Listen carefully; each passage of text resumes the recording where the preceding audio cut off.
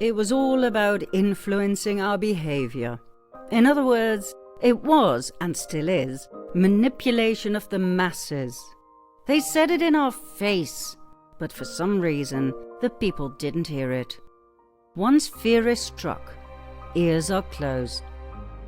We, the people, were forced to wear face masks, even though they all knew they offered no protection whatsoever.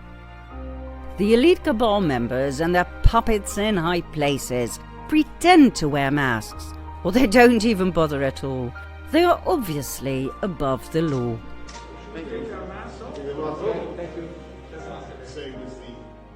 We hope you realise that these cabal members and puppets know very well that what we've said in our previous part is true. The SARS-CoV-2 virus has not been proven to exist because it doesn't exist. It is a common flu that was and is exploited to the fullest through their fear-mongering mainstream media. Do you really think they would risk their lives? Royalty? Hollywood celebrities? Politicians? Think again.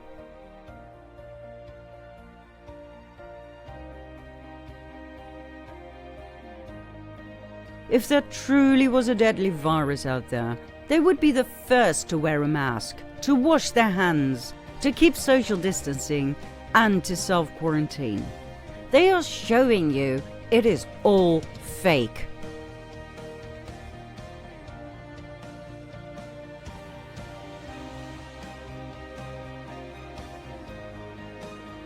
In our home country, the royal family went on holiday in the midst of the pandemic after each and every Dutch citizen was urged to stay at home due to the ever-increasing risk of catching COVID and dying.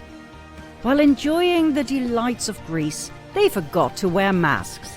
How clumsy, in a time when their citizens were fined and even thrown in jail for forgetting to wear theirs. Oh, and then there was the famous wedding of our Minister of Justice and Security, Ferdinand Grapperhaus. This man is extremely strict and righteous. He makes sure there's 24/7 surveillance for everybody, and those who break the COVID rules are punished in ways they'll never forget. He even said on camera how he felt about people partying in these dangerous COVID times.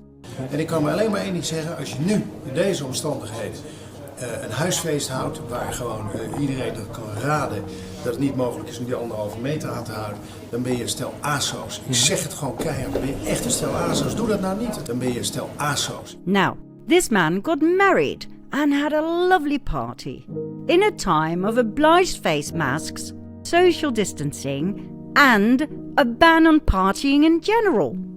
Our Minister of Justice and Security, that's right, the same man who allows the political pedo party and their nauseating manual to exist, the same man who, after much pressure from the citizens, set up a special committee to investigate satanic ritual child abuse in the Netherlands, a committee for which he appointed both the chair and the first member, with whom he concocted that their findings would first be shared with him before being presented to the House of Representatives, which means the committee is far from being independent. It is part of the Ministry of Justice, causing victims now not to come forward and testify, as they identified some of their rapists and torturers as high government officials within that same ministry. The same man who now refuses to dissolve that committee and form a new one which is truly independent. That man, Ferdinand Grapperhaus, broke all the COVID rules at his own wedding and gave the Dutch citizens the finger. When they got furious, he apologized, gave a symbolic donation to the Red Cross, and paid a symbolic fine for one person, namely himself, instead of the entire gang. The man had obviously lost his mind. I mean, who on earth would hug his mother-in-law? Do realize that the Dutch Minister of Justice and Security now had a criminal record. In the Netherlands, you cannot have a job as a civil servant if you have a criminal record, unless you are the Minister of Justice. In that case, you just say sorry. Right after this inconvenient occurrence, Prime Minister Rutte sided with Grapperhaus.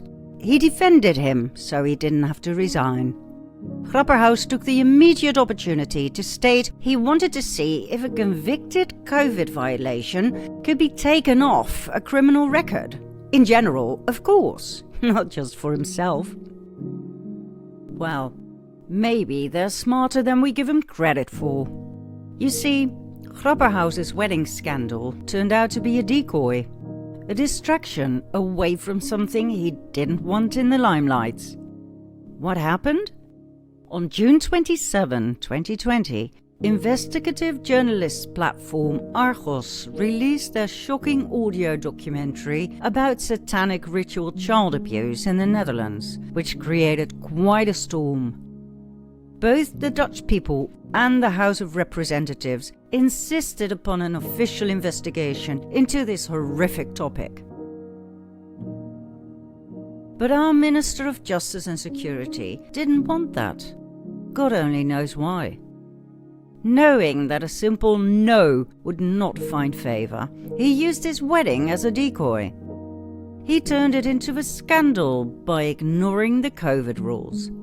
I mean, do you really think he didn't know he'd be in trouble once those photos were seen by the people?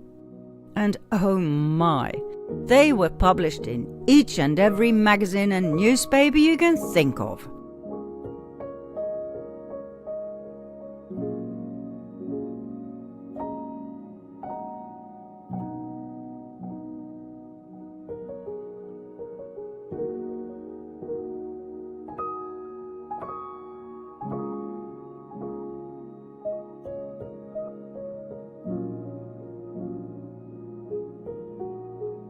Five days later, Grapperhaus quietly wrote a letter refusing to set up a committee to investigate satanic ritual child abuse.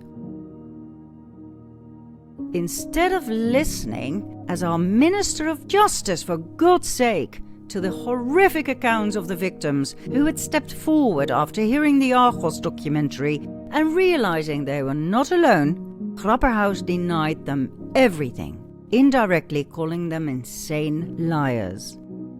But nobody noticed because of the wedding scandal. It was only because of some persistent people that Grapperhaus formed the committee that is now under fire. When Gideon van Meijeren spoke up for the victims and asked Grapperhaus why he refused to form a new committee independent of the Ministry of Justice, Grapperhaus was furious. When van Meijeren pointed out, once again, that some of the alleged offenders are working within his ministry, this was his response. Dit accepteer ik niet. Dat zeg ik tegen de hele Kamer. Echt, ik accepteer het gewoon niet. Ik vind het schunnig. Please stay safe, Gideon. You are one of the very few who give the people a voice. There are not many heroes out there, but you are definitely one of them. That's the Netherlands these days, my friends, with our own version of the bold and the beautiful. This artistic wall cost the Dutch taxpayer €200,000. A common joke in the Netherlands is, can somebody please throw a hit for a change? Back to our storyline. Like we said less than 10 minutes ago and in our previous episode, all of this was just a behavioural experiment. Phase 1 went just as they had expected. The majority of the population was now wearing a mask, like good, obedient citizens. We, the people, were told to only buy the non-medical masks, as the real ones were only for surgeons to use. On the packaging of the non-medical masks, one can read they offer no protection against COVID-19 viruses. But guess what? People obeyed. The majority of the people the Cabal so looked down upon complied with their ridiculous rules as part of their behavioural experiment, the new normal. This is a safe place, so you can take off your mask. But when you need to go to the toilet and you stand up to leave your seat, you are highly contagious and you are in mortal danger, so you must put it back on. In our home country, it was the NS, Dutch Railways, that started the mask mandate. People who disobeyed were violently thrown out of the train, either by the ticket inspectors or by the police.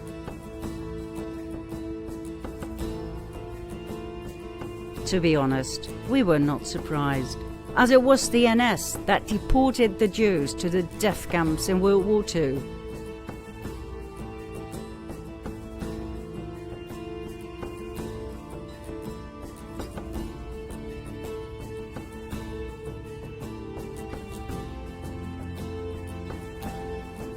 The NS has always been more interested in profit than in ethics.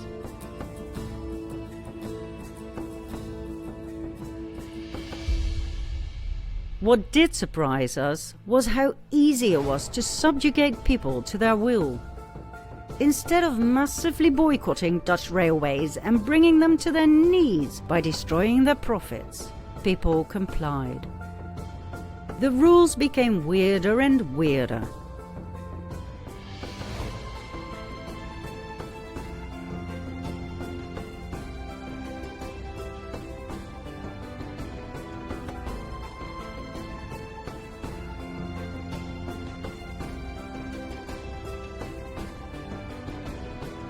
We now had to wear a mask at the beach too.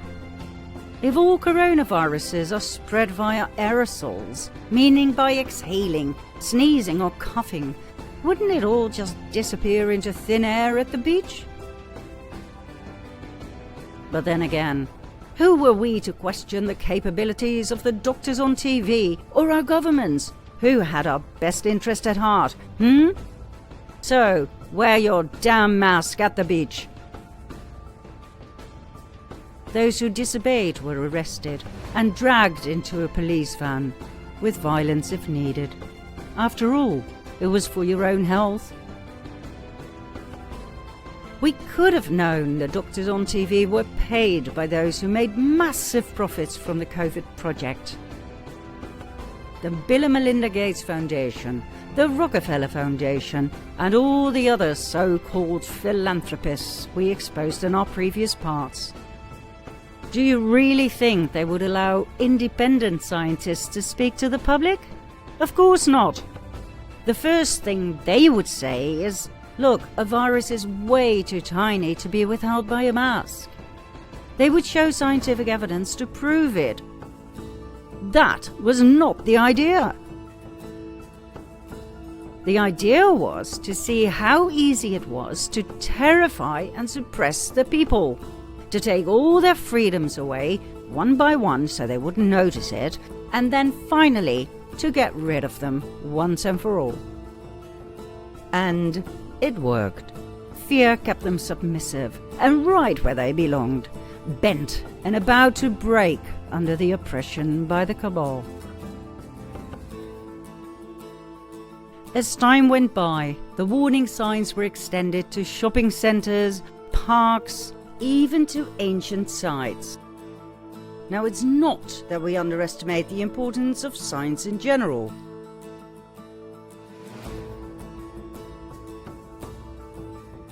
Some things just need to be said, right?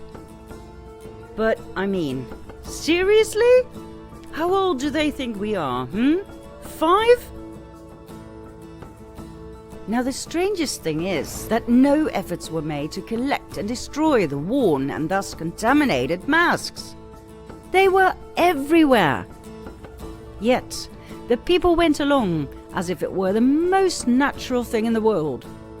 They had been successfully brainwashed into believing that COVID-19 was highly contagious and dangerous, yet contaminated masks did not have to be handled as such.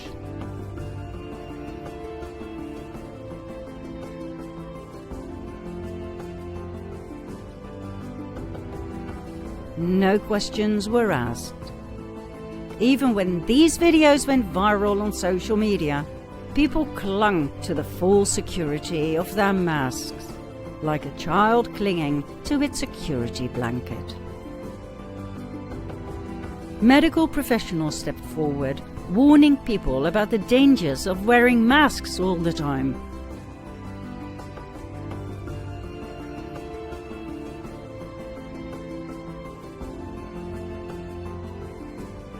They pointed out the chronic lack of oxygen that could cause fatigue, headaches, dizziness.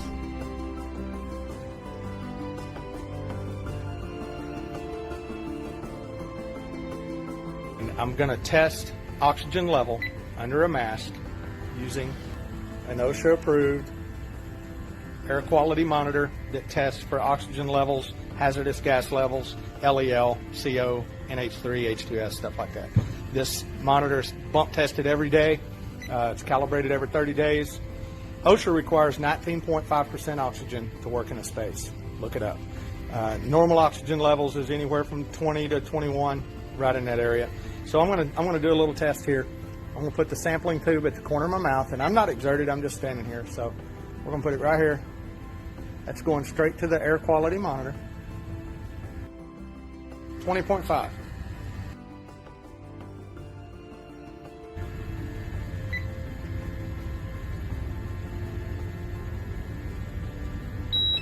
You can hear the alarm going off. That means that there is a hazardous atmosphere. And we'll see what the levels are.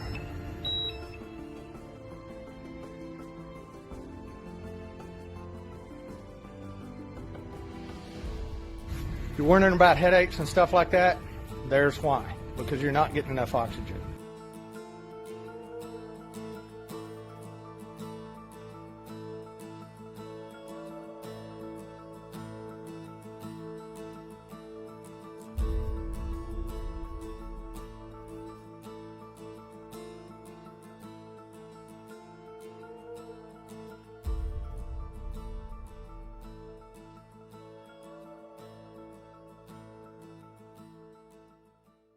Lung specialists spoke up, warning us about the whole new type of lung disease they predicted would arise due to the inhalation of fibers in the masks.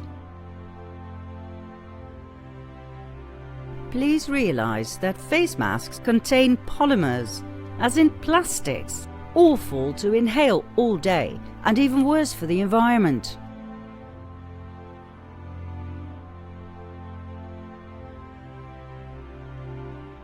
Or they contain PTFE, a carcinogen made from synthetic fluoride and linked to a variety of health issues, including cancer.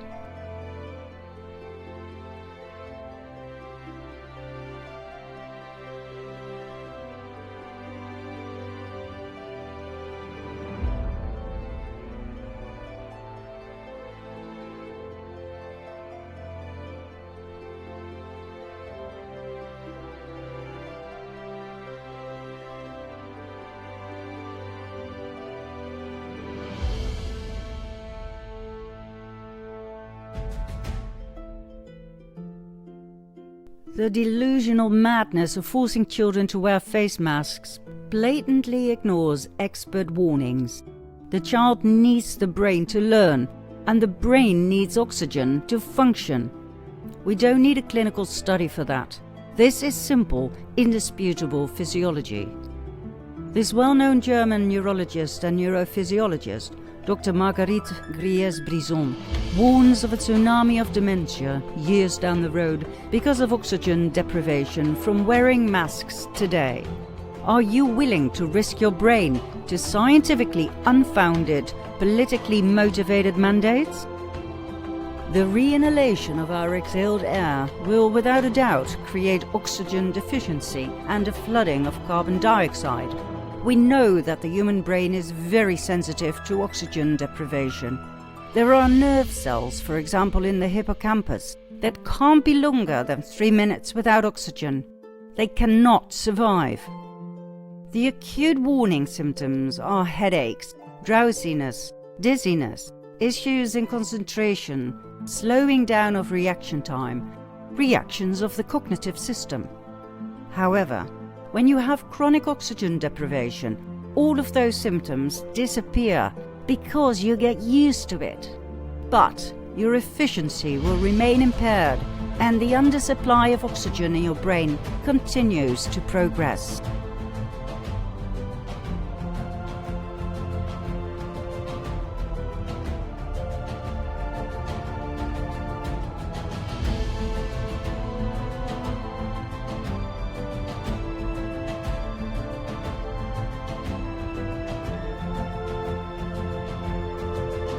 Pediatricians stepped forward.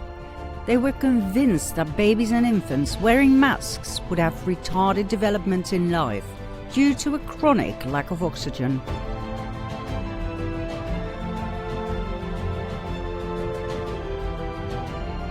They all warned us. Face masks could severely affect your ability to think clearly. It turned out they were right.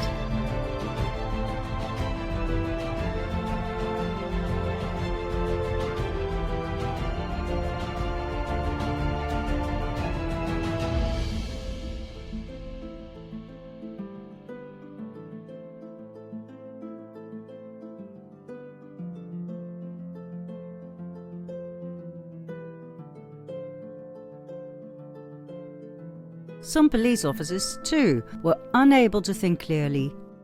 Even though medical exemptions from wearing a mask were allowed by the government, quite a few of them couldn't remember that, probably due to the lack of oxygen in their brains. Get off of me! Get off! Let go of his vest. Let go of his vest. He's fucking choking me! He's choking me! What the choking me, dude? What the fuck? You're fucked in the head! You're fucked! What the fuck are you doing to me? What have I done? What have I done? You just tell me what the fuck I've done. What have I done wrong? You just kicked me in the chest. Yeah, but you're choking her. No. As a man on a girl, and you choked her. For what? For a mask? For not having a mask? Look how pathetic you are. She doesn't have a mask. Are you serious? Are you serious? Just for not having...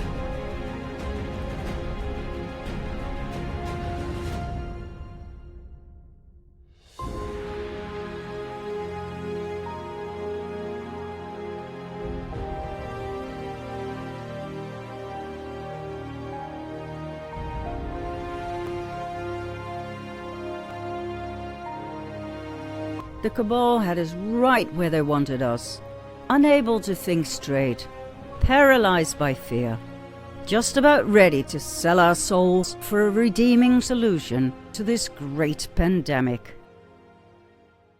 We washed our hands a dozen times a day, using hand sanitizer, of course, just like our leaders told us to.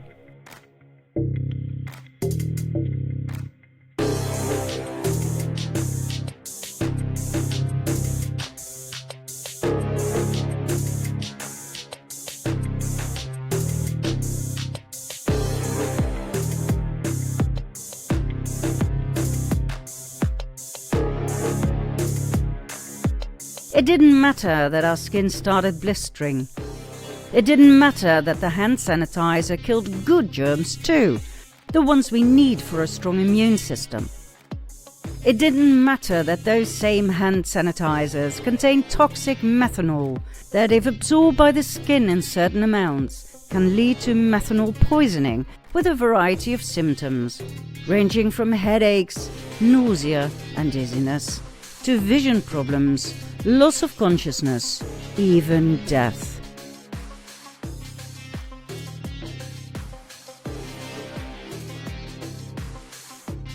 It all didn't seem to matter as fear had taken over, and leaders with solutions, no matter how insane, now had the faith of the people. The COVID rules and regulations made them feel safe. However, to the great dismay of the cabal, more and more people stepped forward, uttering criticism about the COVID policies.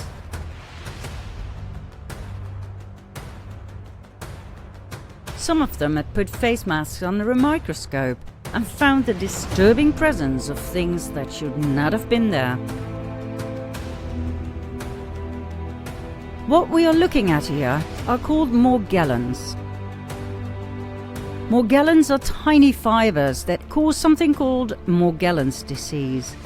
Patients describe the feeling of something alive crawling and biting underneath their skin, like tiny insects. They often have nasty wounds that just won't heal. Some endure terrible itches. Many feel chronically exhausted and suffer from memory loss and confusion. Their muscles ache, they have spasms, their liver is enlarged, their bone structure degenerates. Tiny fibers of different colors and black specks come crawling out of their skin. Doctors have absolutely no idea what they are and how they enter the body or how to get rid of them. For a long time, the CDC's humble yet condescending opinion was that it was just a delusional parasitosis, meaning a parasite that only exists in one's imagination.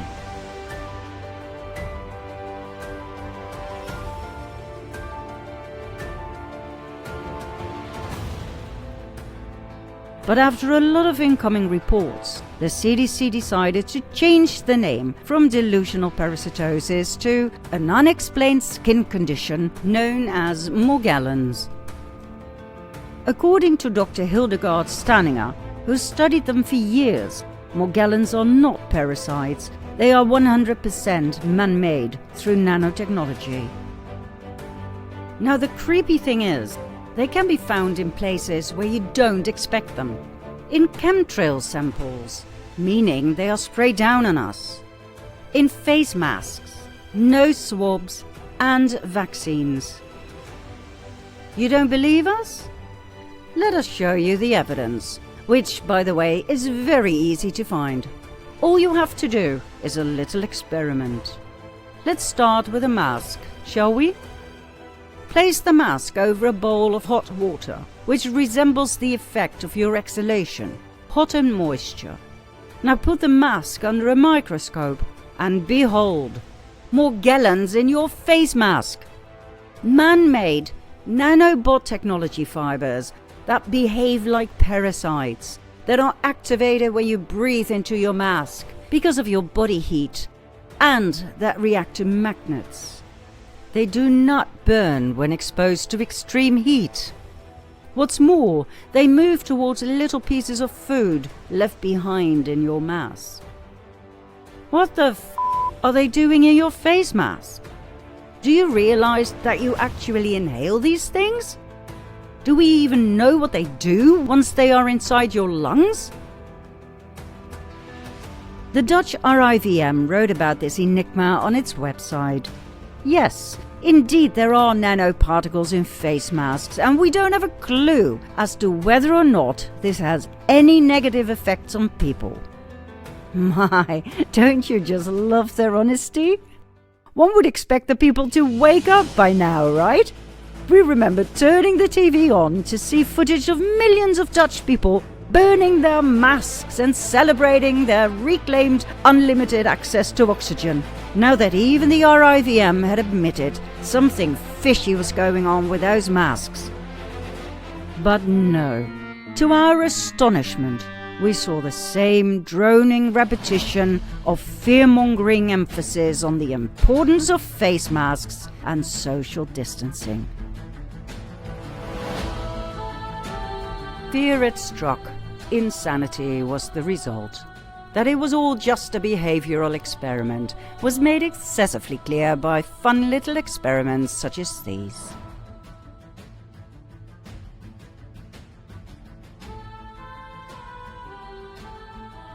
What started off as a virus had turned into an IQ test.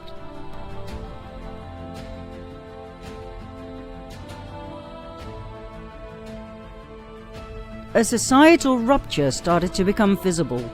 One group believed the official narrative, the other group did not, or was at least having some serious doubts. This rupture was only the beginning of the sad alienation between people, not just within societies, but also within families and among friends.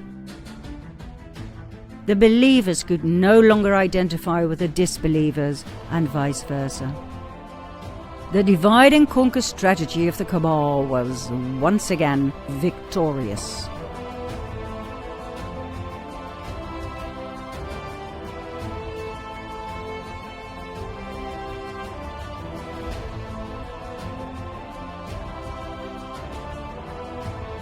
Was it enough to take away our identity, like they did in the old days with the slaves? Or did they have more in store for us? Let's find out in part 21.